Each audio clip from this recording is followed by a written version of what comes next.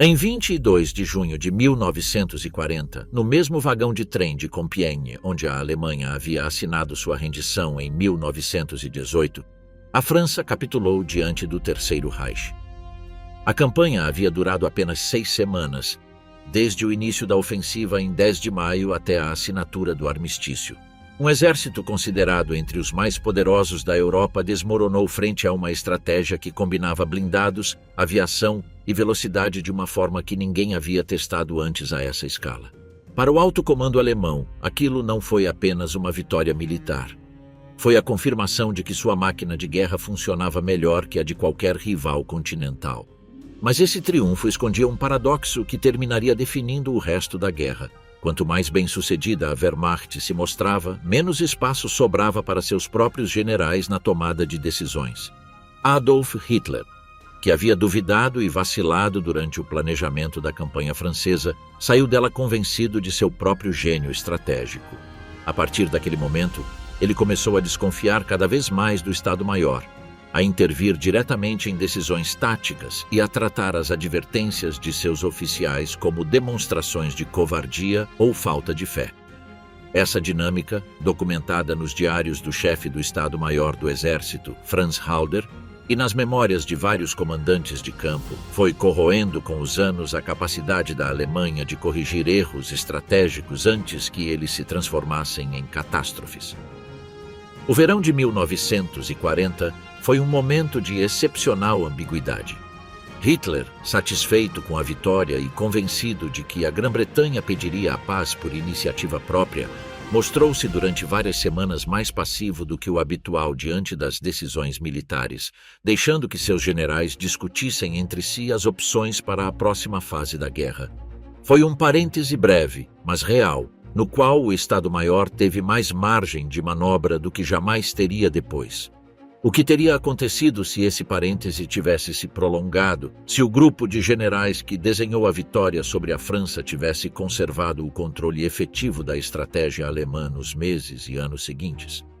É uma das grandes perguntas sem resposta da história militar do século XX. Já no pós-guerra, o historiador britânico Basil Liddell Hart defendeu que uma estratégia mediterrânea coerente teria representado uma ameaça maior para a posição global do Império Britânico do que qualquer tentativa de desembarco direto nas ilhas. Décadas depois, historiadores econômicos como Adam Tooze atenuaram esse otimismo, mostrando com dados de produção industrial que nenhuma combinação de decisões militares, por mais acertadas que fossem, teria compensado totalmente a desvantagem estrutural da Alemanha diante da capacidade conjunta de seus inimigos.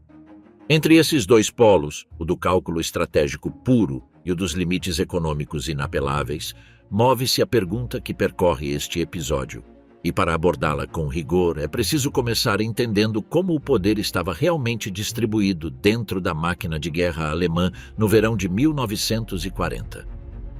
A arquitetura do poder militar alemão. O sistema de comando alemão de 1940 não era uma pirâmide simples com Hitler no topo e os generais abaixo. Era uma estrutura fragmentada, deliberadamente projetada para que nenhum órgão militar acumulasse poder suficiente para desafiar a autoridade política. Uma lição que Hitler havia interiorizado desde seus primeiros anos no poder, quando consolidou seu controle sobre as próprias forças armadas após a chamada Noite dos Longos Punhais de 1934 e a subsequente eliminação de qualquer centro de autoridade militar capaz de rivalizar com sua liderança pessoal. No topo formal estava o Oberkommando der Wehrmacht, o OKW, chefiado pelo marechal de campo Wilhelm Keitel e seu chefe de operações, Alfred Jodl. O OKW funcionava como uma secretaria militar pessoal de Hitler, sem autoridade operacional própria sobre o exército de terra, e seus dois responsáveis eram conhecidos dentro do próprio corpo de oficiais por sua lealdade incondicional, a ponto de alguns colegas os apelidarem com ironia em referência à disposição deles de consentir com qualquer ordem. O verdadeiro peso profissional residia no Oberkommando des Heeres, o OKH, o Alto Comando do Exército de Terra. Era liderado pelo general Walter von Brauchitsch, um oficial competente, mas de caráter dócil, que costumava ceder à pressão de Hitler, mesmo quando discordava em particular. O cérebro analítico do OKH era Franz Halder, chefe do Estado-Maior-Geral, um oficial metódico formado na tradição prussiana de planejamento detalhado, que mantinha um diário onde registrava com frequência sua frustração diante das decisões improvisadas do líder político. Brauchitsch carregava, além disso, uma limitação que poucos relatos sobre este período mencionam com o devido peso. Ele sofria de problemas cardíacos diagnosticados já em 1939, uma condição que Hitler conhecia e que em mais de uma ocasião utilizou como argumento implícito para descartar suas objeções, sugerindo que o estresse da responsabilidade poderia agravar sua saúde se insistisse em discordar. Essa fragilidade física se somava a um temperamento que vários oficiais contemporâneos descreveram como excessivamente deferente perante a autoridade política, um traço que limitava estruturalmente sua capacidade de liderar qualquer bloco de resistência institucional dentro do Estado-Maior, mesmo nos momentos em que as circunstâncias lhe eram favoráveis. A este organograma somava-se a Abwehr, o serviço de inteligência militar chefiado pelo almirante Wilhelm Canaris, uma figura ambígua que mantinha canais de comunicação próprios com setores conservadores do exército céticos em relação à direção política do regime, sem que essa rede chegasse a se traduzir, em 1940, em uma postura institucional definida sobre a estratégia a seguir após a queda da França.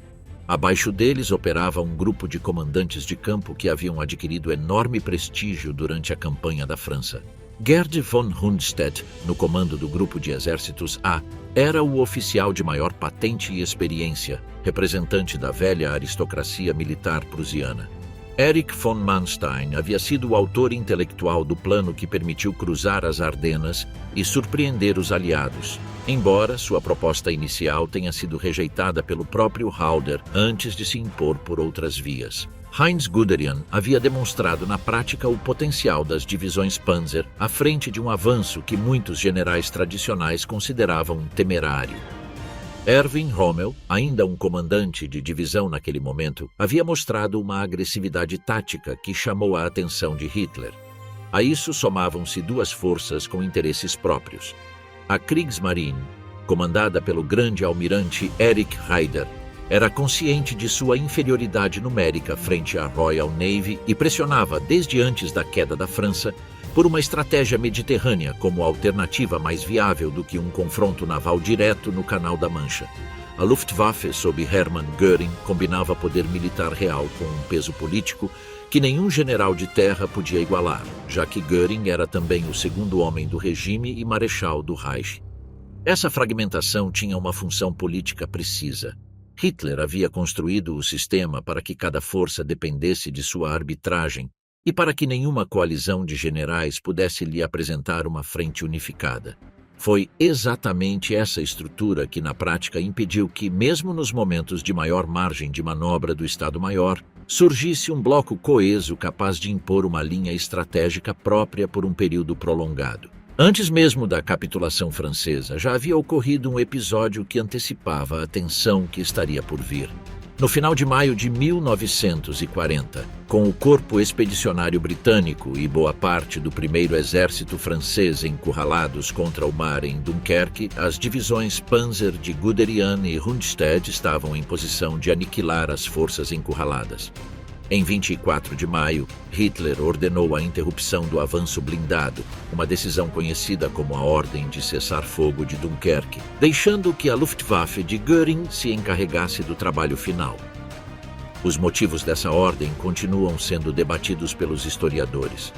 Alguns apontam para a preocupação de Rundstedt com o desgaste de suas unidades blindadas que ele próprio transmitiu a Hitler, após semanas de avanço contínuo que haviam reduzido consideravelmente a disponibilidade operacional de tanques e veículos blindados, muitos deles dependendo de reparos que o ritmo da ofensiva não havia permitido concluir.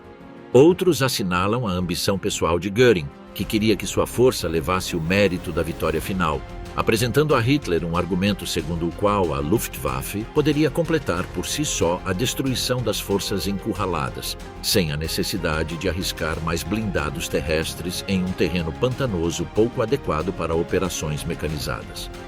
O fato é que a pausa permitiu que cerca de 340 mil soldados aliados, a maioria britânicos, fossem evacuados por mar em direção à Inglaterra entre 26 de maio e 4 de junho, na operação conhecida como Dínamo, empregando uma frota improvisada de mais de 800 embarcações, que incluía desde contratorpedeiros da Royal Navy até pequenos barcos de pesca e lazer recrutados de urgência nos portos do sul da Inglaterra. Guderian e outros oficiais de blindados consideraram depois que aquela demora lhes havia tirado a oportunidade de destruir o núcleo do exército britânico enquanto ele ainda estava no continente. Se o controle real da guerra tivesse passado para as mãos do Estado-Maior antes daquele momento, é razoável pensar que a ordem de parada nunca teria sido emitida e que a força expedicionária britânica teria sido destruída ou capturada nas praias francesas. As consequências dessa única mudança já bastariam para alterar profundamente o curso dos acontecimentos posteriores, privando a Grã-Bretanha do núcleo de oficiais e soldados veteranos que formou a base de seu exército durante os anos seguintes. Após a assinatura do armistício, a Alemanha se encontrou em uma posição que nenhum planejador militar havia antecipado com tanta antecedência ou tanta amplitude. Em questão de semanas, controlava a costa atlântica francesa desde a fronteira espanhola até o Canal da Mancha, o que lhe dava acesso direto ao Oceano Atlântico para seus submarinos, uma vantagem geográfica decisiva que não existia antes da campanha. A Itália, embora tivesse entrado tarde na guerra e com pouco sucesso militar próprio, declarando hostilidades apenas dias antes da capitulação francesa, na esperança de obter ganhos territoriais rápidos que na prática não se concretizaram,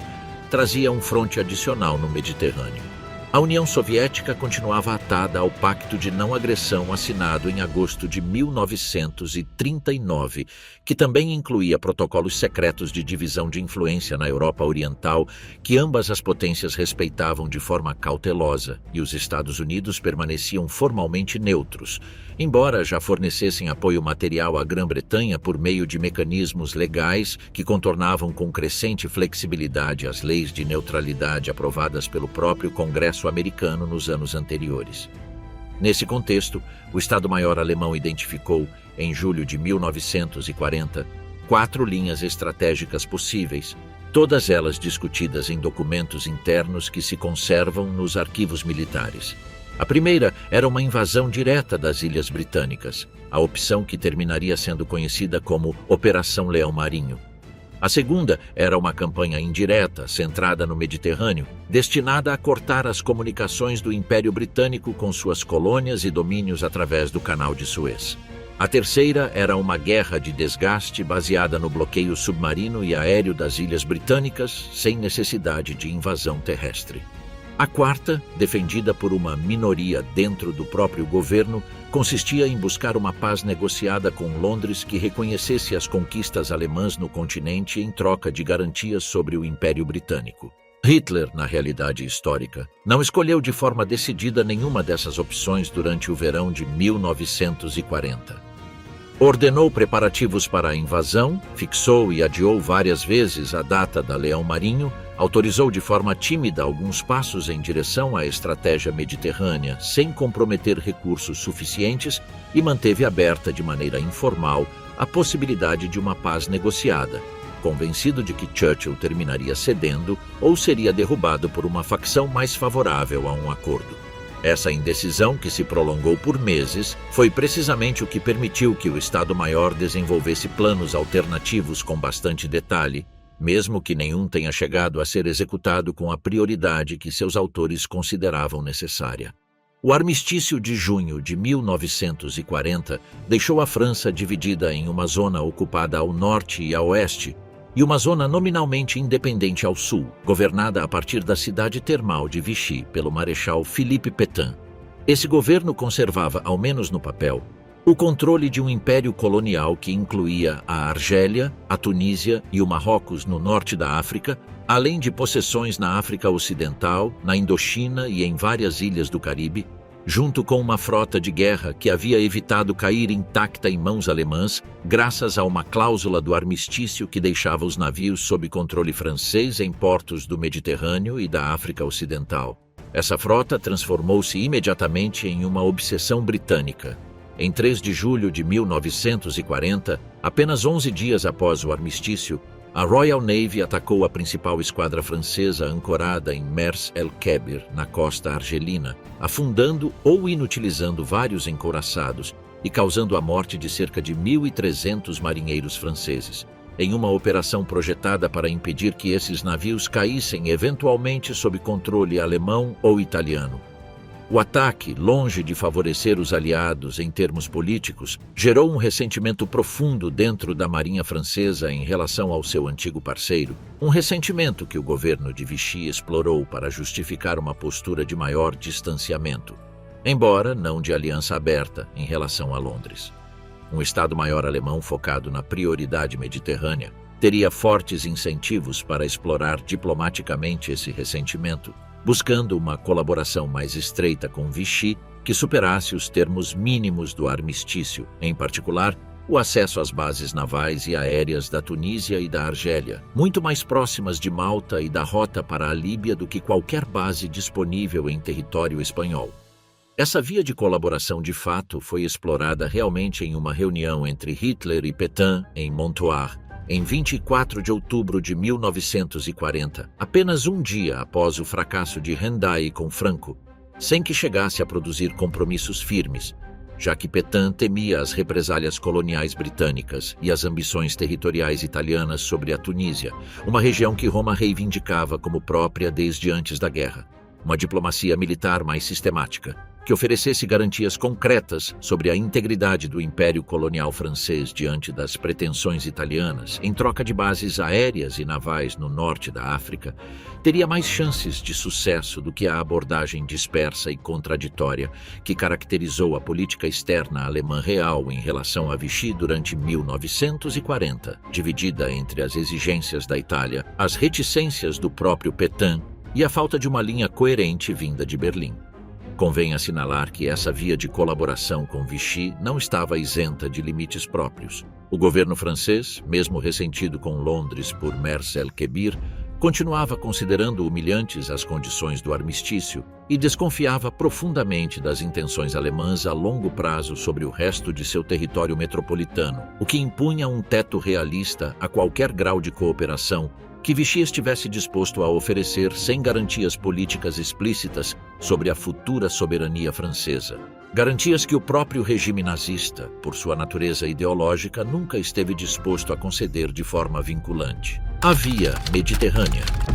Para que essa margem de autonomia se consolidasse, seria necessária uma combinação de fatores que, embora não tenham ocorrido na realidade, não são de todo implausíveis dentro da lógica do próprio sistema.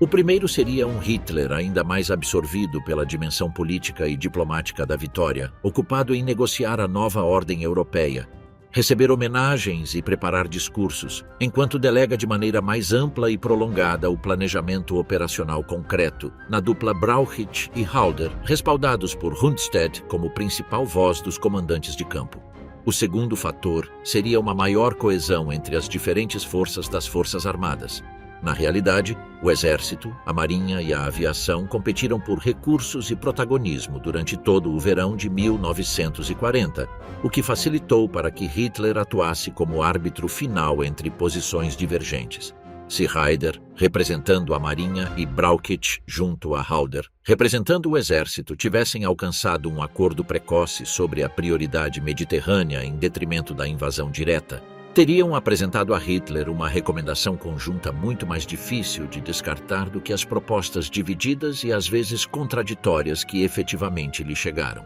O terceiro fator, mais sutil, tem a ver com a psicologia do próprio Hitler naquele momento preciso. Os testemunhos daqueles que o cercavam em julho de 1940 descrevem um homem genuinamente surpreendido pela magnitude do seu próprio sucesso, ainda não instalado na convicção de infalibilidade que desenvolveria após as primeiras vitórias no fronte oriental. Esse Hitler de 1940 ouvia mais, duvidava mais e delegava mais do que o de 1941 ou 1942, em parte porque a própria campanha da França havia sido planejada em sua maior parte pelo Estado-Maior e executada por comandantes de campo com pouca intervenção direta sua nos detalhes operacionais diários. Um distanciamento que lhe permitia atribuir a si mesmo o mérito político do resultado, sem ter estado tão envolvido no processo como viria a estar em campanhas posteriores.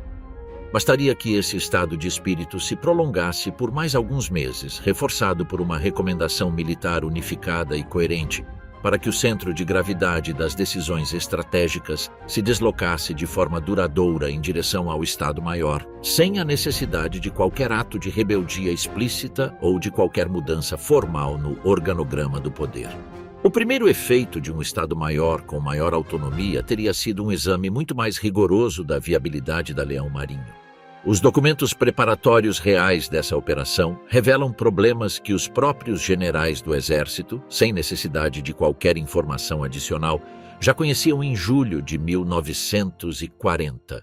A Kriegsmarine carecia de navios de desembarque especializados e teve de improvisar uma frota de cerca de 2.000 barcaças fluviais e rebocadores reconvertidos, reunidos ao longo dos portos do Canal da Mancha em uma operação logística visível que a inteligência britânica detectou e bombardeou de forma sistemática durante o verão de 1940. Uma solução que o próprio Raeder considerava inadequada para cruzar um canal com correntes e condições marítimas tão exigentes quanto as do Canal da Mancha. A Royal Navy, apesar das perdas sofridas, continuava sendo muito superior em número de navios de combate, com várias dezenas de contratorpedeiros disponíveis apenas para a defesa do próprio canal. E a condição prévia que o próprio Hitler havia fixado para autorizar a invasão alcançar a superioridade aérea sobre o sul da Inglaterra dependia de um resultado que a Luftwaffe não podia garantir de antemão, como demonstraria a própria Batalha da Inglaterra, na qual a aviação alemã perdeu mais de 1.700 aparelhos entre julho e outubro de 1940 sem alcançar esse objetivo. Raeder, em seus diários reais, expressou dúvidas profundas sobre a operação, chegando a descrevê-la em particular como uma empreitada que o exército deveria abordar com ceticismo, dado que dependia inteiramente de fatores fora de seu controle, principalmente o desempenho da aviação e da marinha. Brauchit compartilhava desse receio, embora com menos firmeza em suas expressões, limitando-se nas reuniões formais com Hitler a levantar objeções técnicas pontuais sobre o cronograma e a disponibilidade de meios de desembarque, sem nunca se opor de maneira frontal à viabilidade geral do projeto. Uma atitude que refletia com bastante fidelidade o padrão de conduta que manteria durante o resto de sua carreira à frente do exército. Se essas dúvidas, em vez de ficarem confinadas a anotações privadas, tivessem se traduzido em uma recomendação formal e conjunta do Estado-Maior, apresentada nas semanas imediatas à queda da França, antes que se investissem recursos significativos nos preparativos da Leão Marinho, o resultado mais provável teria sido o descarte precoce da invasão direta, não por falta de vontade de combate, senão por um cálculo de risco que qualquer oficial de Estado-Maior formado na tradição prussiana teria considerado inaceitável sem garantias navais e aéreas sólidas. Esse descarte precoce teria liberado imediatamente recursos logísticos, navais e de planejamento que, na realidade, ficaram empacados durante meses em uma operação que finalmente foi adiada de forma indefinida em outubro de 1940, depois que a Luftwaffe perdeu a Batalha da Inglaterra. Erich Raeder havia apresentado a Hitler em uma série de reuniões reais celebradas entre junho e setembro de 1940 que a posição estratégica da Grã-Bretanha dependia, em última análise, do controle do Mediterrâneo e da rota em direção às suas possessões no Oriente. Seu argumento, documentado nas atas dessas reuniões, era que tomar Gibraltar, neutralizar Malta e ameaçar o Canal de Suez teria um efeito mais devastador sobre a capacidade britânica de sustentar a guerra do que qualquer tentativa de desembarco direto nas costas inglesas. O plano concreto para Gibraltar recebeu o nome de Operação Félix. Consistia em um assalto terrestre através do território espanhol, com apoio de artilharia pesada e unidades de assalto especializadas. para tomar o rochedo a partir de terra, algo que a Royal Navy não poderia impedir com a mesma eficácia que um desembarque anfíbio direto. A guarnição britânica defendia o rochedo com uma rede de túneis e baterias costeiras escavadas na própria rocha ao longo de vários séculos de ocupação, uma fortificação pensada sobretudo para resistir a um ataque naval frontal, não a um assalto terrestre coordenado através do istmo que o conectava com o território espanhol, o que reforçava o cálculo dos planejadores alemães de que um ataque por terra oferecia melhores probabilidades de sucesso do que qualquer tentativa a partir do mar. O obstáculo principal não era militar, mas diplomático. A Espanha, governada por Francisco Franco, mantinha-se formalmente neutra e, embora Franco tivesse demonstrado certa simpatia ideológica em relação ao eixo, condicionava qualquer participação a uma lista de exigências que incluía territórios no norte da África, grandes quantidades de trigo e combustível que a Alemanha não estava em condições de garantir naquele momento, e compensações que refletiam seu temor de uma guerra prolongada com um país ainda exausto por sua própria guerra civil recente. Na realidade histórica, Hitler se reuniu pessoalmente com Franco em Hendaye em 23 de outubro de 1940, e a negociação resultou em um fracasso quase total, com Franco esquivando-se de compromissos concretos durante uma entrevista que se prolongou por horas sem resultados práticos. Hitler, frustrado, chegou a comentar com seus colaboradores mais próximos que preferia que lhe arrancassem vários dentes a ter de negociar de novo com o ditador espanhol. Dentro do próprio regime espanhol existiam, além disso, posições divergentes que uma diplomacia militar mais atenta poderia ter explorado. Ramon Serrano Suñer, ministro das Relações Exteriores e cunhado de Franco, mostrava uma inclinação muito mais decidida em direção à entrada na guerra pelo lado do eixo do que o próprio Franco, enquanto a cúpula militar espanhola, ainda exausta após uma guerra civil que havia custado centenas de milhares de vidas e deixado o país em uma situação econômica precária, mostrava-se consideravelmente mais reticente. Uma estratégia alemã que dialogasse de forma simultânea com ambos os setores, oferecendo garantias econômicas concretas que reforçassem a posição dos setores favoráveis a Serrano Suñer dentro do próprio governo espanhol, teria tido mais chances de inclinar a balança do que a aposta exclusiva em uma reunião de cúpula pessoal entre Hitler e Franco, que deixava toda a negociação concentrada na vontade de um único homem conhecido por sua cautela e sua desconfiança em relação a compromissos de longo prazo. Um Estado-Maior com maior peso na formulação da estratégia teria abordado essa negociação de forma diferente. Em vez de depender de uma única entrevista de cúpula carregada de simbolismo pessoal entre dois chefes de Estado, os militares alemães teriam podido construir, durante o verão de 1940, uma oferta escalonada e mais concreta direcionada a Madrid, com entregas imediatas e verificáveis de trigo e combustível antes de exigir a participação espanhola. Uma prática habitual na diplomacia militar, mas alheia ao estilo personalista de Hitler. Os arquivos militares alemães mostram que o próprio Estado-Maior do Exército havia calculado em detalhes os requisitos logísticos da Félix, incluindo o número de divisões necessárias e o tempo estimado de assalto, uma vez resolvido o problema político da passagem por território espanhol. Mesmo que Franco mantivesse sua negativa formal de se somar à guerra, uma alternativa real e discutida nos círculos militares alemães era forçar a passagem através da Espanha de maneira unilateral, uma opção que Hitler descartou por razões políticas, mas que generais mais focados no cálculo militar puro poderiam ter considerado viável, dado o tamanho reduzido e a fragilidade material do exército espanhol no pós-guerra civil. A tomada de Gibraltar por volta do final de 1940 ou início de 1941, sob qualquer uma dessas duas vias, teria fechado o estreito à navegação britânica e obrigado a Royal Navy a desviar navios de outros teatros para proteger as rotas alternativas ao redor da África. Qualquer avanço alemão sobre Gibraltar, real ou unilateral, tinha uma contrapartida que o almirantado britânico havia antecipado com considerável detalhe. Documentos reais do verão de 1940 mostram que o governo britânico desenvolveu planos de contingência, conhecidos como as Operações Pilgrim e Tracer, para ocupar de maneira preventiva as Ilhas Açores, as Canárias e Cabo Verde. todas elas possessões portuguesas ou espanholas, caso a Espanha entrasse na guerra ao lado do Eixo ou Gibraltar caísse. O objetivo era conservar uma base naval e aérea intermediária no Atlântico que permitisse manter abertas as rotas de comboios em direção à América, mesmo sem o rochedo.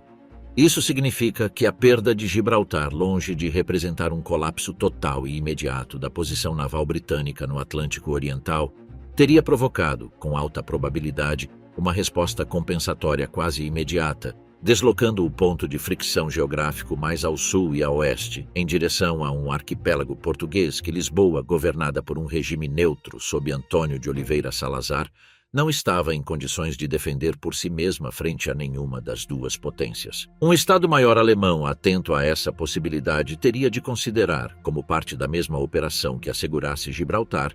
alguma forma de garantia ou pressão diplomática sobre Lisboa para evitar que suas ilhas atlânticas se transformassem na próxima base de operações britânica, um fronte adicional que o planejamento real alemão de 1940 mal chegou a esboçar de maneira preliminar. A colaboração mais estreita com Vichy tinha, no entanto, um fronte de fricção adicional, representado pelo movimento da França Livre, liderado por Charles de Gaulle a partir de Londres. Em setembro de 1940, forças britânicas e francesas livres tentaram tomar o porto de Dakar, na África Ocidental Francesa, na operação conhecida como Menace, buscando ganhar para a causa aliada uma base naval estratégica sobre o Atlântico Sul e enfraquecer a autoridade de Vichy sobre suas colônias africanas. A operação terminou em um fracasso humilhante para os aliados, repelida pelas forças leais a Pétain com o apoio da artilharia costeira e de navios de guerra franceses. Um episódio que, na realidade, reforçou, ao menos temporariamente, a determinação da administração colonial de Vichy de manter-se fiel alinhada ao governo de Pétain antes de se juntar a de Gaulle. Esse fracasso aliado em Dakar resultava paradoxalmente favorável a qualquer estratégia alemã orientada a estreitar laços com Vichy, já que demonstrava à própria administração colonial francesa que Londres não estava em condições de garantir a segurança de suas possessões africanas frente a um ataque direto, reforçando o argumento daqueles que, dentro do aparelho colonial francês, preferiam uma neutralidade armada sob a tutela de Vichy antes de uma aliança aberta com os britânicos e os franceses livres. Um Estado-Maior alemão que soubesse capitalizar esse momento concreto, oferecendo a Vichy garantias de proteção naval e aérea sobre suas colônias africanas em troca de bases operativas no Mediterrâneo, teria encontrado no outono de 1940 uma janela de oportunidade diplomática que a dispersão real da política externa alemã em relação à França deixou praticamente sem explorar: Malta, o norte da África e a Rota de Suez. O segundo ponto crítico da estratégia mediterrânea era a ilha de Malta, situada entre a Sicília e a costa norte-africana, que funcionava como base avançada britânica para fustigar os comboios de suprimento entre a Itália e suas tropas na Líbia. A guarnição britânica na ilha, reforçada de forma progressiva ao longo de 1940 e 1941, contava com esquadrões de caças, baterias antiaéreas e submarinos próprios que afundaram uma proporção considerável dos navios de transporte italianos destinados a abastecer o exército na Líbia, transformando a ilha em um obstáculo desproporcionalmente custoso para o seu tamanho real, de apenas alguns poucos quilômetros de extensão. Os arquivos militares alemães e italianos contêm um plano real, conhecido como Operação Hércules, para uma invasão aerotransportada e anfíbia da ilha, que chegou a ser discutido com seriedade em 1942, mas que finalmente foi descartado por falta de recursos e pela prioridade que, àquela altura, o fronte oriental já tinha. Sem a sangria de recursos que representou a campanha soviética, a Hércules poderia ter sido executada muito antes, possivelmente no início de 1941, com o apoio das unidades aerotransportadas alemãs que, na realidade, foram empregadas na invasão de Creta em maio daquele ano. Uma operação que demonstrou tanto o potencial quanto o alto custo em baixas dos assaltos paraquedistas em larga escala, com cerca de 4.000 mortos e feridos entre as tropas aerotransportadas alemãs em apenas 10 dias de combate, uma cifra que levou o próprio Hitler a desconfiar, posteriormente, do emprego de paraquedistas em operações de grande envergadura. Neutralizar Malta de forma precoce, antes que a experiência de Creta gerasse essa cautela, teria assegurado as linhas de suprimento italianas em direção à Líbia, evitando o desgaste que o eixo sofreu no norte da África durante 1941 e 1942 pela perda sistemática de comboios. O terceiro componente era o reforço precoce das forças italianas no norte da África. Na realidade, o Afrika Korps, sob o comando de Erwin Rommel, chegou à Líbia em fevereiro de 1941, depois que as forças italianas haviam sido derrotadas e empurradas para o oeste por uma ofensiva britânica lançada a partir do Egito em dezembro de 1940. Essa intervenção alemã ocorreu, portanto, como uma resposta reativa a uma crise já consumada, em vez de fazer parte de uma ofensiva planejada com antecedência. Essa reação tardia respondia em parte à própria relação entre Hitler e Benito Mussolini, marcada por um orgulho mútuo que levava o líder italiano a minimizar diante de Berlim suas próprias fragilidades militares até que a derrota já se mostrasse inegável. Uma dinâmica que um Estado-Maior alemão com canais de comunicação militar diretos e permanentes com sua contraparte italiana, em vez de depender quase exclusivamente do vínculo pessoal entre os dois chefes de Estado, teria sido capaz de detectar e corrigir com maior antecedência. Um Estado-Maior que tivesse definido o Mediterrâneo como prioridade desde julho de 1940 poderia ter enviado reforços alemães para a Líbia vários meses antes de ocorrer o colapso italiano, evitando essa derrota inicial e permitindo uma ofensiva combinada em direção ao Egito já na primavera de 1941, em vez de ter de reconquistar primeiro o terreno perdido. O Egito, sob controle britânico de facto apesar de sua independência formal, abrigava a base naval de Alexandria e controlava o acesso ao Canal de Suez, a artéria que conectava o Reino Unido à Índia, à Austrália e às suas possessões no Oriente Médio, sem a necessidade de circundar o continente africano. Uma rota que em 1940 transportava uma proporção muito significativa do tráfego comercial e militar entre a metrópole britânica e seus domínios asiáticos e oceânicos, além de servir como principal via de trânsito para tropas indianas e australianas mobilizadas para os diferentes frontes do conflito. A perda de Suez não teria significado o fim da capacidade britânica de combater, mas sim representaria um golpe logístico de enorme magnitude, forçando o redirecionamento de todo o tráfego marítimo para as colônias asiáticas através da Rota do Cabo da Boa Esperança, uma travessia muito mais longa e exposta. Combinada com a perda de Gibraltar e a neutralização de Malta, essa sequência teria deixado o Mediterrâneo praticamente fechado para a navegação aliada por volta de 1941. Uma situação que, na realidade, só se aproximou parcialmente durante os momentos de maior avanço do eixo em 1942 e que nunca chegou a se consolidar de forma completa. Por trás de todo esse planejamento havia uma variável que os generais alemães entendiam melhor do que o próprio Hitler em termos práticos: o combustível. A máquina militar alemã, fortemente mecanizada, dependia quase por completo dos campos petrolíferos romenos de Ploiesti, uma fonte vulnerável a qualquer ataque aéreo e geograficamente afastada do fronte ocidental, uma vulnerabilidade que os próprios planejadores aliados identificaram com clareza e que terminaria se materializando anos depois, em agosto de 1943, quando bombardeiros americanos atacaram diretamente essas refinarias em uma operação de longo alcance que, embora custosa em aviões derrubados, demonstrou a fragilidade estrutural da principal fonte de combustível do Reich. Uma campanha mediterrânea bem-sucedida abria, ao menos em teoria, uma via de acesso em direção às jazidas do Iraque e do Irã, então sob influência britânica, que poderiam ter se transformado em um objetivo estratégico secundário após a tomada de Suez, reduzindo a dependência exclusiva do petróleo romeno. Os planejadores econômicos do exército alemão,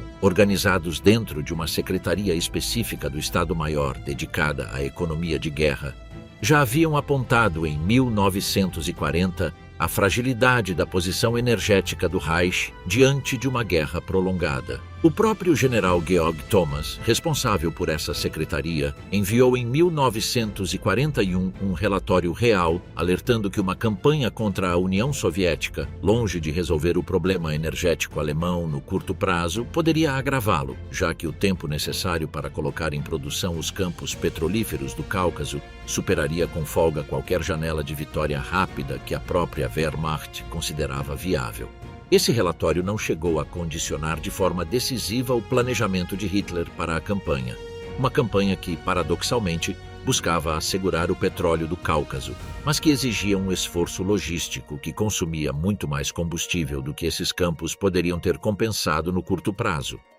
Um Estado-Maior guiado pela mesma lógica econômica que seus próprios departamentos de planejamento produziam,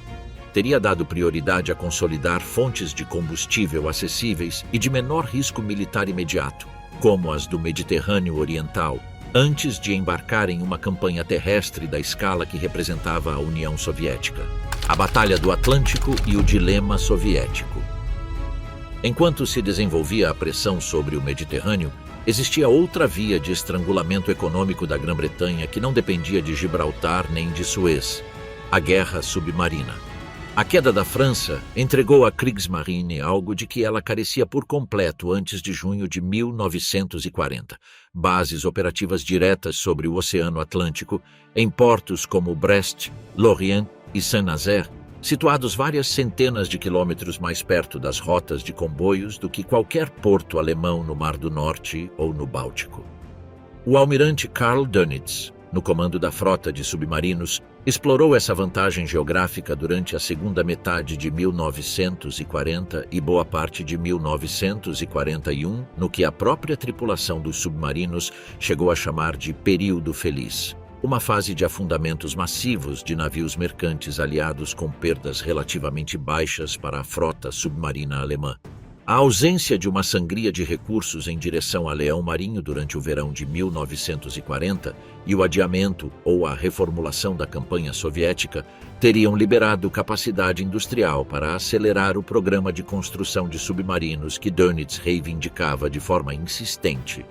e que, na realidade histórica, avançou a um ritmo muito inferior ao que ele próprio considerava necessário para forçar uma crise de suprimentos na Grã-Bretanha. Uma frota submarina mais numerosa, operando a partir das bases atlânticas francesas em coordenação com a pressão naval no Mediterrâneo, teria intensificado de forma significativa a pressão econômica sobre as linhas de abastecimento britânicas, em um momento em que a cobertura aérea, aliada sobre o Atlântico Médio, ainda apresentava um vazio que os submarinos exploravam sistematicamente, e antes que a introdução do radar centimétrico e a ampliação do alcance dos aviões de patrulha equilibrassem a balança a favor dos comboios aliados a partir de 1943. Existe, no entanto, um fator que limitaria o alcance dessa vantagem submarina ampliada e que nenhuma mudança na alocação de recursos alemã poderia neutralizar por completo. Os criptoanalistas britânicos reunidos em Bletchley Park haviam conseguido já desde 1940 e com maior consistência a partir de 1941 decifrar de forma intermitente as comunicações criptografadas da máquina Enigma empregadas pela Kriegsmarine, o que permitia à inteligência naval britânica desviar comboios com antecedência para evitar as posições conhecidas das matilhas de lobos alemãs. Esse descompasso de informações, documentado de forma exaustiva nos arquivos desclassificados da inteligência britânica, significava que o crescimento puramente numérico da frota submarina alemã, embora tivesse intensificado a pressão econômica sobre a Grã-Bretanha, não teria se traduzido de forma proporcional em afundamentos, já que boa parte dessa vantagem material teria sido compensada pela capacidade britânica de antecipar e esquivar-se das zonas de maior concentração submarina, uma variável invisível para o próprio Estado-Maior alemão da época, que nunca chegou a suspeitar da magnitude real do sucesso criptográfico aliado. A decisão mais transcendente que enfrentaria um Estado-Maior com autonomia estratégica prolongada seria, sem dúvida, o que fazer em relação à União Soviética. Na realidade histórica, Hitler comunicou aos seus generais a intenção de atacar a União Soviética já em julho de 1940, apenas semanas após a queda da França, antes mesmo que se decidisse o destino final da campanha contra a Grã-Bretanha. Essa decisão respondia a uma combinação de cálculo estratégico, a crença de que derrotar a União Soviética eliminaria a última esperança continental da Grã-Bretanha, e uma convicção ideológica profundamente enraizada sobre a necessidade de conquistar território no leste para o chamado espaço vital alemão, uma motivação que transcendia qualquer cálculo puramente militar. Os próprios generais, no entanto, mostraram reservas significativas sobre a viabilidade prática dessa campanha.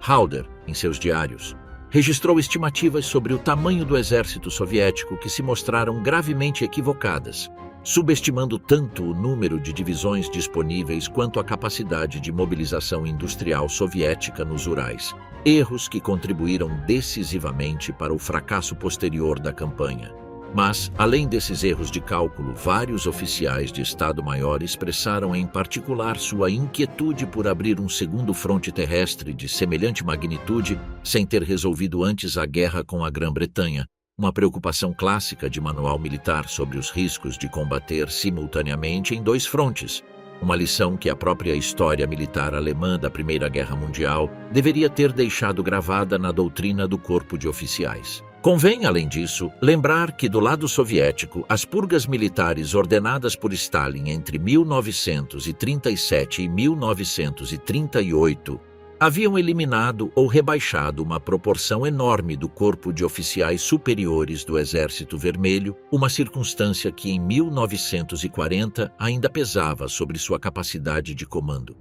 mas que se corrigia com rapidez à medida que passavam os meses e se promovia uma nova geração de comandantes, entre eles Georgy Yukov, que adquiriria protagonismo decisivo na defesa de Moscou no final de 1941. Cada mês de adiamento jogava nesse sentido contra qualquer vantagem que a Alemanha pudesse explorar atacando de forma precoce, um cálculo que o próprio Halder reconhecia em suas anotações reais, embora sem chegar a traduzi-lo em uma recomendação explícita de agir antes de estarem plenamente preparados. Com o Mediterrâneo como prioridade efetiva e a Grã-Bretanha isolada de suas rotas imperiais, mas não derrotada de todo, o Estado-Maior teria enfrentado uma decisão genuína sobre o momento e a conveniência de atacar a União Soviética. Existem ao menos 3 variantes plausíveis dentro dessa decisão. A primeira é um adiamento limitado, mantendo o objetivo de atacar a União Soviética, mas atrasando a data de início até consolidar plenamente a posição mediterrânea e reconstituir as reservas de combustível e material gastas naquela campanha, possivelmente situando o início das operações por volta de 1942 em vez de junho de 1941. Essa demora teria dado à União Soviética um ano adicional para completar a reorganização de seu exército após as purgas de oficiais do final dos anos 30 e para acelerar a transferência de sua indústria pesada para o leste dos Urais, um processo que na realidade se acelerou de forma improvisada e caótica após o início da invasão alemã, mas que com mais tempo de preparação prévia teria sido consideravelmente mais eficiente. Em contrapartida, um Estado-Maior que tivesse empregado esse ano adicional para reorganizar sua própria logística, substituindo parte do transporte hipomóvel por caminhões de maior capacidade e acumulando reservas de combustível mais sólidas do que as que realmente existiam em junho de 1941, teria reduzido alguns dos problemas que na prática frearam o avanço alemão já nas primeiras semanas da campanha real. A segunda variante é um adiamento indefinido, mantendo o pacto de não agressão como um arranjo funcional enquanto a Alemanha consolidava o domínio sobre a Europa Ocidental e o Mediterrâneo, uma postura que alguns membros do corpo diplomático alemão, em particular o próprio ministro das Relações Exteriores em certos momentos, chegaram a considerar viável em termos puramente práticos, embora chocasse frontalmente com a visão ideológica de Hitler sobre a incompatibilidade última entre o nacionalsocialismo e o comunismo soviético. Sob essa variante, o comércio bilateral estabelecido pelo próprio pacto, que incluía o envio regular de grãos, petróleo e matérias-primas soviéticas em troca de maquinário industrial alemão, teria continuado proporcionando à Alemanha um suplemento de recursos nada desprezível sem a necessidade de assumir o risco de uma campanha terrestre de proporções continentais, postergando indefinidamente o enfrentamento ideológico que Hitler considerava inevitável. A terceira variante é a menos provável, mas não de todo descartável dado o caráter pragmático de vários generais, é um ataque preventivo limitado, orientado unicamente a assegurar os campos petrolíferos do Cáucaso e a criar uma zona de amortecimento, sem buscar a conquista total do território soviético até os Urais, que constituía o objetivo ideológico de Hitler. Uma versão muito mais acotada da campanha real, similar em espírito aos objetivos que sim defendiam alguns oficiais econômicos do exército, focados em recursos antes que em território. Esta variante teria exigido renunciar de antemão a qualquer tentativa de tomar Moscou ou Leningrado, concentrando o esforço logístico em um fronte meridional muito mais estreito e manejável do que o fronte de 1.600 quilômetros que a Wehrmacht real tentou sustentar entre o Báltico e o Mar Negro, reduzindo de forma substancial a exposição à classe de sobreextensão logística que terminou asfixiando as divisões alemãs frente a Moscou no inverno de 1941.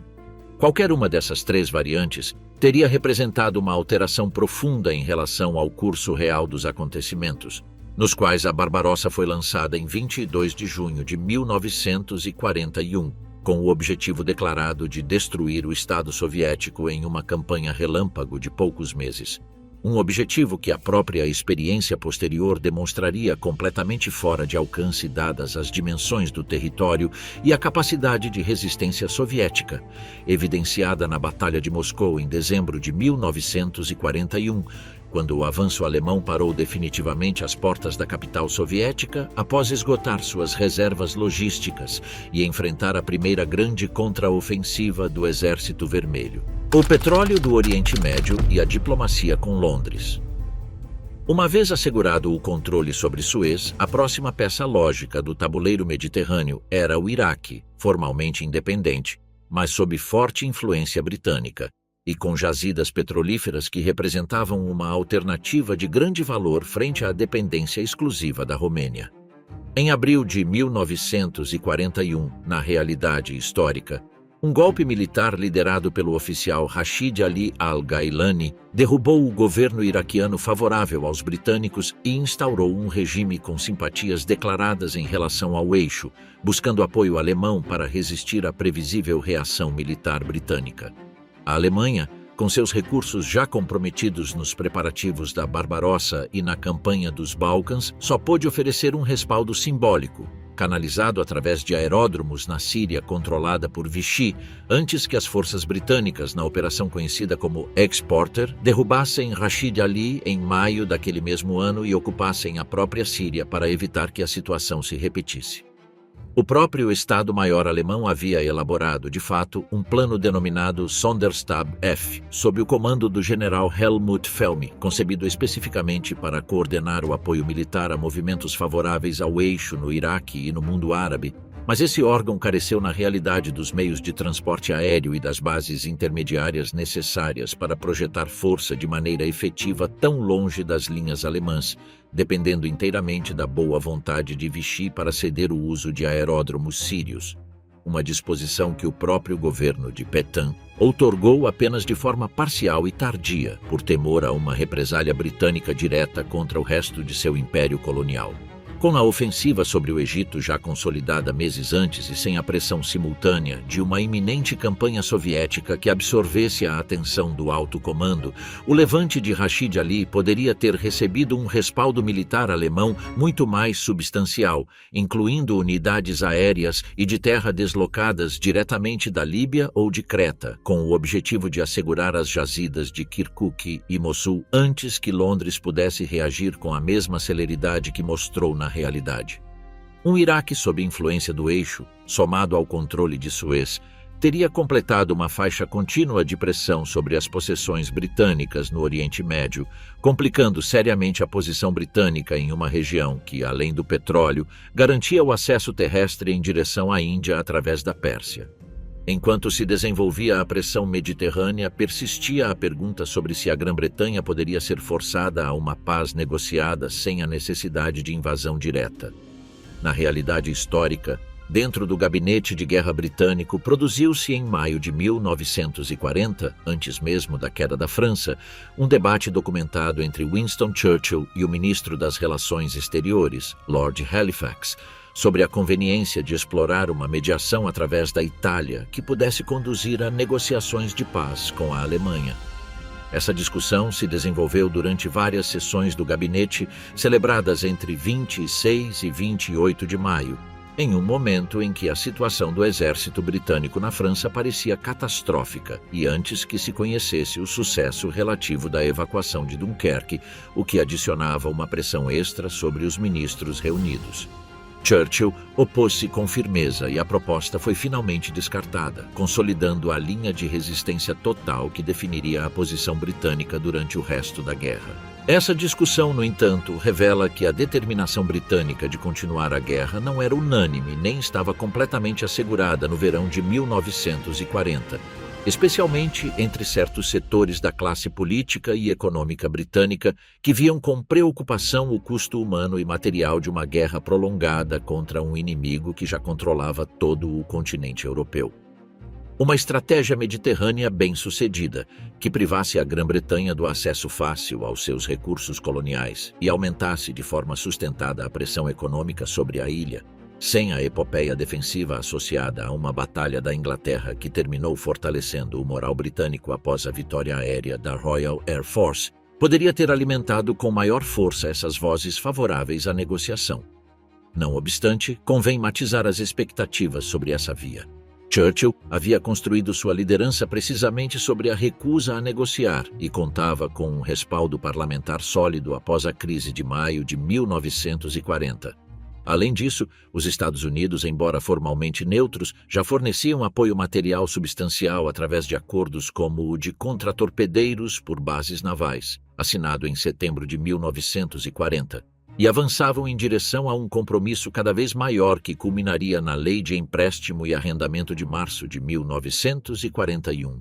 Essa rede de apoio externo reduzia a margem real para que a pressão exclusivamente mediterrânea, sem invasão direta das ilhas britânicas, forçasse uma capitulação política completa.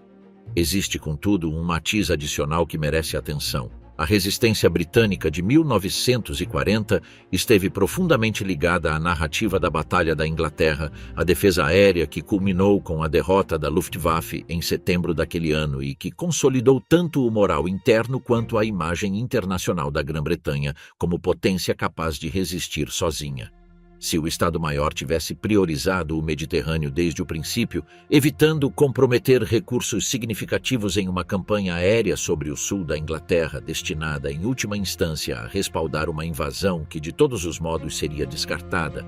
essa epopeia defensiva britânica teria sido consideravelmente menos intensa, privando o governo de Churchill de um de seus principais ativos propagandísticos internos. Uma guerra percebida como um lento estrangulamento colonial, em vez de uma heróica defesa do próprio território, poderia ter alimentado com maior força os setores britânicos favoráveis a uma negociação, sem que isso garantisse, em nenhum caso, uma mudança de governo ou uma capitulação formal enquanto os Estados Unidos continuassem ampliando seu respaldo material. O mais plausível é um cenário de estancamento prolongado, com a Grã-Bretanha enfraquecida em sua posição imperial, mas sem colapsar politicamente, mantendo a guerra mediante o apoio americano enquanto a Alemanha consolidava seus ganhos mediterrâneos sem poder desferir o golpe final. Questões internas e o comando militar alterado. Na realidade histórica, já durante a campanha da Polônia em 1939, produziram-se tensões documentadas entre comandantes do exército e unidades especiais do Partido Nazista encarregadas de operações repressivas na retaguarda. O general Johannes Blaskowitz, comandante militar na Polônia, apresentou vários memorandos formais aos seus superiores, denunciando os métodos empregados por essas unidades, considerando-os contraproducentes a partir de uma perspectiva puramente militar de ordem e controle do território ocupado, além de moralmente objetáveis segundo seu próprio testemunho. Esses memorandos não tiveram efeito prático e Blaskowitz foi afastado de seu posto pouco depois. Esse antecedente sugere que, em um cenário onde o exército mantivesse maior autonomia sobre a administração dos territórios conquistados na Europa Ocidental, as fricções entre a lógica militar de estabilização e exploração econômica dos territórios ocupados e a lógica ideológica das estruturas paralelas do partido poderiam ter se intensificado, sem que isso implicasse necessariamente uma mudança substancial nas políticas mais radicais que se aplicavam no leste sob controle direto das estruturas de segurança do regime, as quais operavam com considerável independência do comando militar convencional, inclusive na realidade histórica. Resulta ilustrativo, nesse sentido, comparar a administração real da França com a da Polônia. No território francês ocupado, o governo militar ficou sob um comandante militar na França que dependia diretamente do exército, com uma presença muito mais limitada das estruturas de segurança do partido do que a que existia no território polonês anexado ou sob o chamado governo geral. Essa diferença respondia em parte a considerações puramente práticas, já que a França, ao contrário da Polônia, não fazia parte do projeto ideológico de expansão territorial em direção ao leste,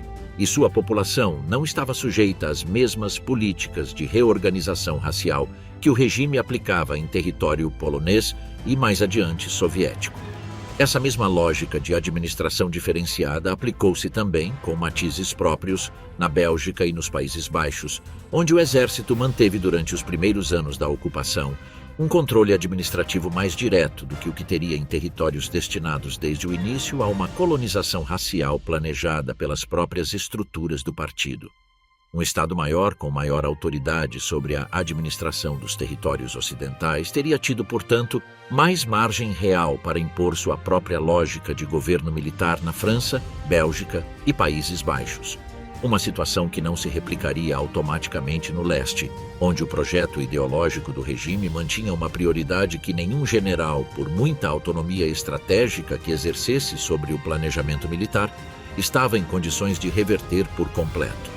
A extensão de qualquer moderação prática derivada de um maior peso militar teria sido, no melhor dos casos, parcial e desigual entre os diferentes territórios ocupados, condicionada pelo tipo de administração que cada zona tivesse assinada e pelo grau de envolvimento direto das estruturas do partido em cada caso particular. Por volta do início de 1941, com Gibraltar sob controle alemão, Malta neutralizada e uma ofensiva combinada germano-italiana avançando sobre o Egito com reforços enviados vários meses antes do que, na realidade, o Mediterrâneo Ocidental e Central ficaria efetivamente sob o domínio do eixo, enquanto a Grã-Bretanha se veria forçada a concentrar seus recursos navais em proteger a rota alternativa ao redor da África e a sustentar sua posição no Oriente Médio com reforços enviados da Índia, alongando consideravelmente suas linhas de suprimento.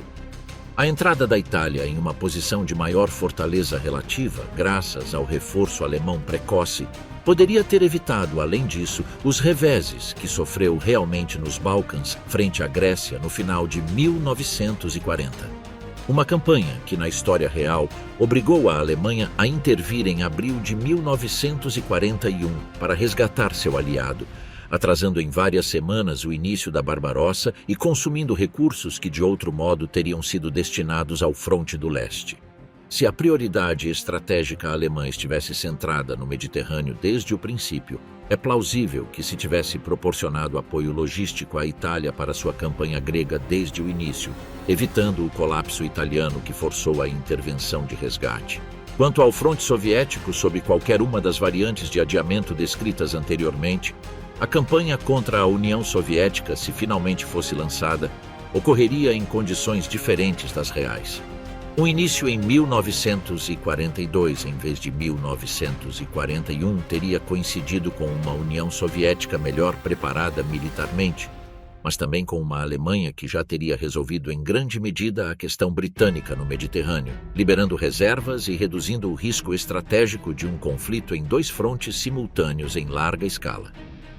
O resultado dessa campanha tardia continua sendo, no entanto, profundamente incerto. Os problemas estruturais que levaram ao fracasso real da Barbarossa, a subestimação crônica da capacidade de reposição soviética, as limitações logísticas do exército alemão, que dependia em grande parte de animais de tração e ferrovias com bitola diferente da soviética para suas linhas de suprimento, e a imensidão geográfica do território a ser conquistado, não teriam desaparecido simplesmente por se contar com um ano adicional de preparação ou por ter o flanco mediterrâneo assegurado.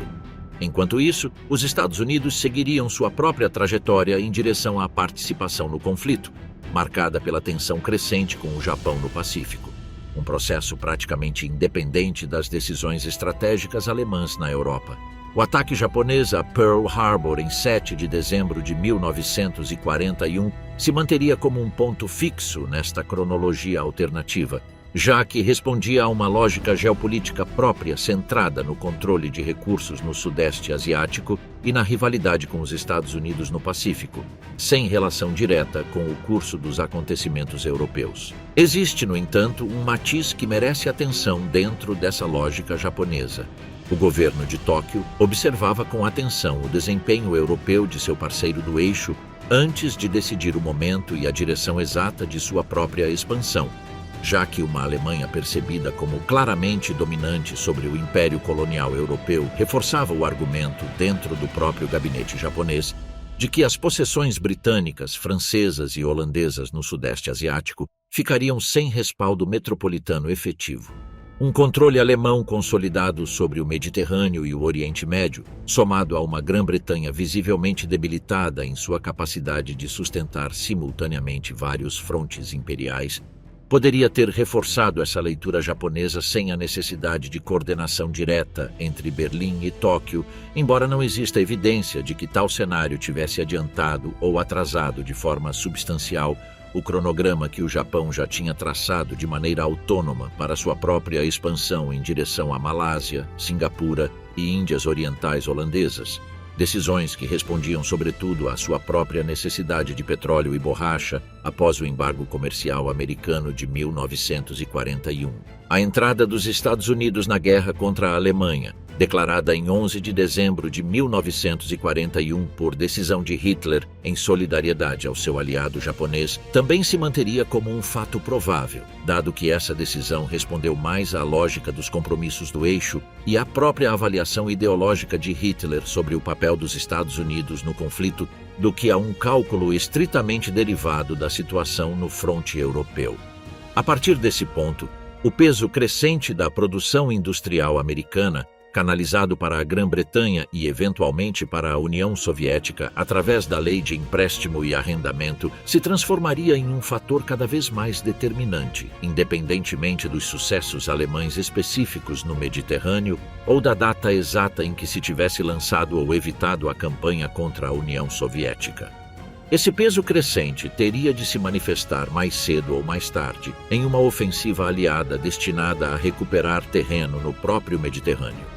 Na realidade histórica, essa ofensiva tomou a forma da Operação Tocha, o desembarque anglo-americano no Marrocos e na Argélia franceses em novembro de 1942, que aproveitou a neutralidade nominal dessas colônias sob Vichy para estabelecer uma cabeça de praia relativamente pouco defendida, a partir da qual avançar em direção à Tunísia e convergir com a 8ª Brigada Britânica, que empurrava Rommel a partir do Egito após a Batalha de El Alamein.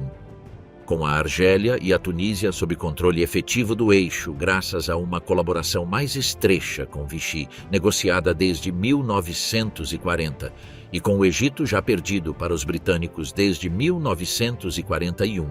esse ponto de apoio para um desembarque anglo-americano simplesmente não existiria da mesma forma.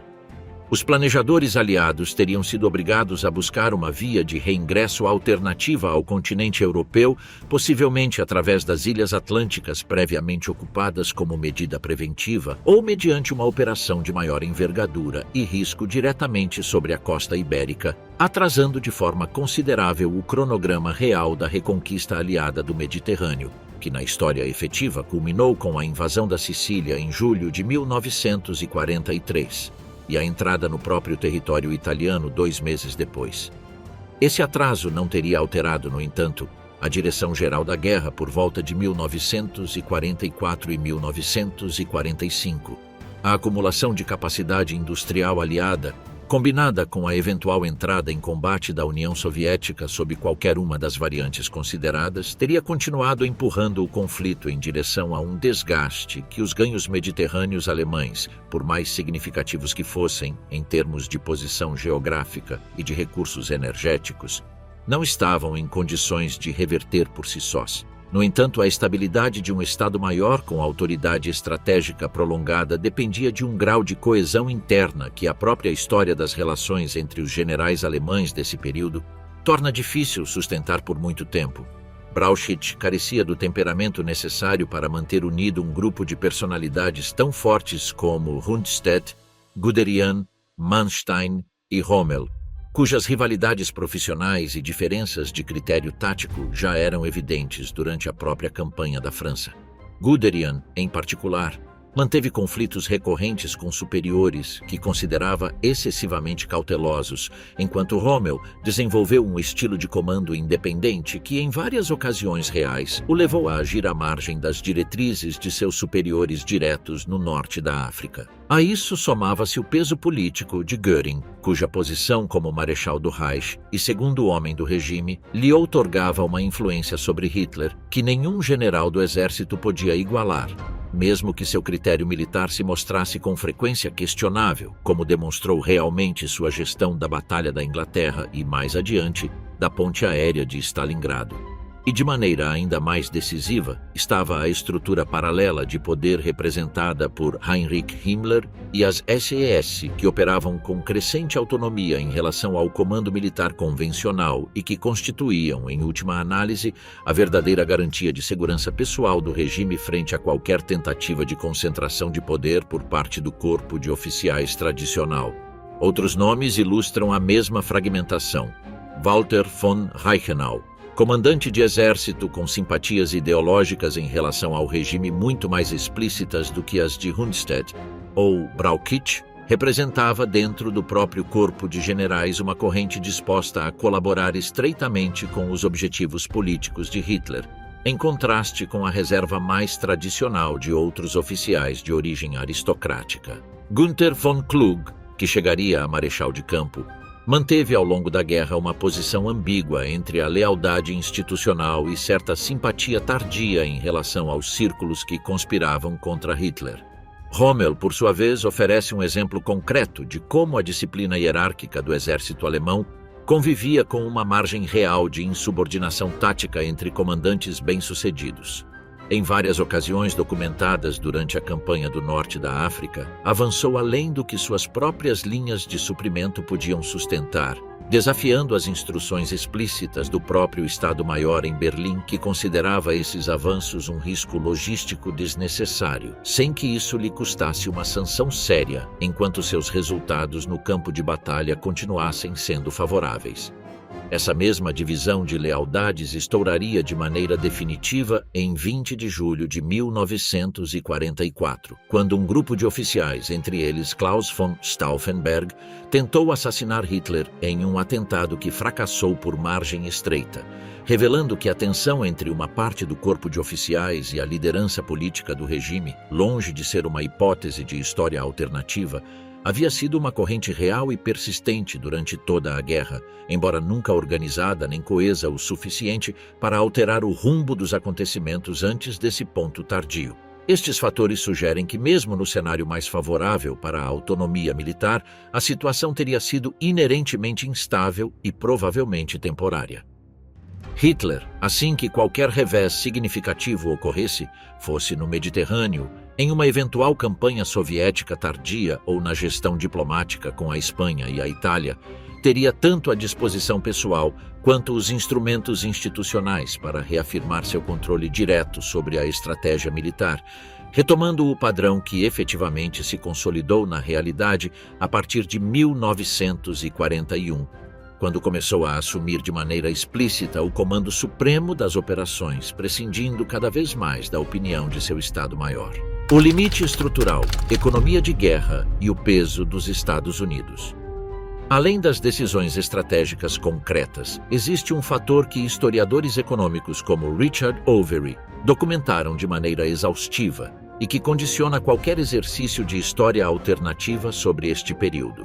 A capacidade industrial combinada dos Estados Unidos, do Império Britânico e, eventualmente, da União Soviética superava de forma estrutural a da Alemanha, mesmo em suas configurações mais favoráveis. Os Estados Unidos, uma vez mobilizada sua economia para a produção bélica, alcançaram níveis de fabricação de aviões, navios e veículos que nenhum reordenamento de prioridades alemãs em 1940 ou 1941 poderia esperar igualar. Para 1944, a produção industrial americana superava com ampla margem a combinada de Alemanha, Itália e Japão juntas. Uma desproporção que nenhum feito tático isolado, por mais brilhante que fosse, podia reverter no plano puramente material. Isso significa que mesmo na versão mais otimista do cenário mediterrâneo, com Gibraltar, Malta e Suez sob o controle do eixo, e uma campanha soviética adiada ou reformulada em termos mais modestos, a Alemanha teria ganho tempo e posição estratégica, mas não teria resolvido o problema fundamental de sua desvantagem produtiva frente a uma coalizão que, mais cedo ou mais tarde, combinaria os recursos americanos, britânicos e eventualmente soviéticos. A diferença mais plausível não seria entre uma vitória e uma derrota alemã, mas sim entre uma guerra mais prolongada, com o eixo em uma posição de negociação mais forte durante uma fase intermediária, e a guerra real, na qual a Alemanha combinou erros estratégicos próprios com uma subestimação sistemática da capacidade de resistência e de reorganização tanto soviética quanto anglo-americana. Existe, além disso, um contra-argumento que historiadores especializados na campanha do norte da África, como Klaus Schmieder, apresentaram contra o otimismo associado à estratégia mediterrânea. Mesmo com reforços precoces e prioridade logística garantida, o deserto líbio e egípcio impunha restrições físicas ao transporte de combustível e suprimentos que nenhuma mudança na ordem de prioridades de Berlim podia eliminar por completo, já que dependiam da distância entre os portos de descarregamento e o fronte, da disponibilidade limitada de caminhões e da vulnerabilidade dos próprios comboios marítimos frente à aviação e aos submarinos britânicos operando a partir de Malta, enquanto esta não estivesse neutralizada com sucesso total. O exercício de imaginar os generais alemães no comando da estratégia após a queda da França não aponta, portanto, para uma vitória alemã que de outro modo teria sido inevitável, mas para uma reconfiguração do ritmo e da sequência dos acontecimentos, baseada em decisões que efetivamente foram discutidas, documentadas e, em alguns casos, quase executadas na realidade histórica. Gibraltar esteve às portas de ser tomada. A estratégia mediterrânea contou com um defensor de peso dentro do próprio alto comando. O adiamento da campanha soviética foi objeto de dúvidas reais registradas por escrito por aqueles que teriam de executá-la. O que impediu que essas alternativas se materializassem não foi a falta de capacidade militar alemã para realizá-las, mas a estrutura de poder personalista construída deliberadamente em torno de um único homem. Uma estrutura que, paradoxalmente, viu-se reforçada precisamente pelo sucesso que seus generais haviam colhido no campo de batalha. Essa mesma estrutura explica também por que nenhuma das opções discutidas neste percurso, nem a mediterrânea, nem a do adiamento soviético, nem a de uma colaboração mais estreita com Vichy ou com a Espanha, chegou a se converter em uma linha de ação sustentada no tempo, apesar de cada uma delas ter contado, em algum momento real de 1940, com defensores capazes de articular um argumento militar sólido a seu favor. O próprio Ian Kershaw, em seu estudo sobre o processo de tomada de decisões do regime, documentou como esse sistema, desenhado na origem para impedir a concentração de poder nas mãos de qualquer instituição rival, terminou produzindo o efeito contrário ao concentrar cada vez mais decisões operativas concretas na pessoa de Hitler à medida que sua confiança pessoal crescia com cada vitória. Um mecanismo que explica por que a margem de autonomia real do Estado-Maior, ampla no verão de 1940, reduziu-se de forma progressiva e irreversível a partir de 1941. Os historiadores que estudaram esse período coincidem em que a vitória de 1940 foi, nesse sentido, tanto uma bênção quanto uma armadilha para o próprio Estado-Maior alemão, já que seu sucesso terminou entregando o controle da guerra a quem menos disposto estava a ouvir suas advertências nos momentos decisivos que viriam depois. A pergunta sobre o que teria ocorrido se esse equilíbrio tivesse se mantido por um pouco mais de tempo continua aberta, alimentada por documentos parciais, diários privados e planos que nunca chegaram a ser totalmente executados, e provavelmente continuará alimentando esse mesmo debate enquanto restarem arquivos militares para serem revisados e gerações de historiadores dispostos a revisá-los.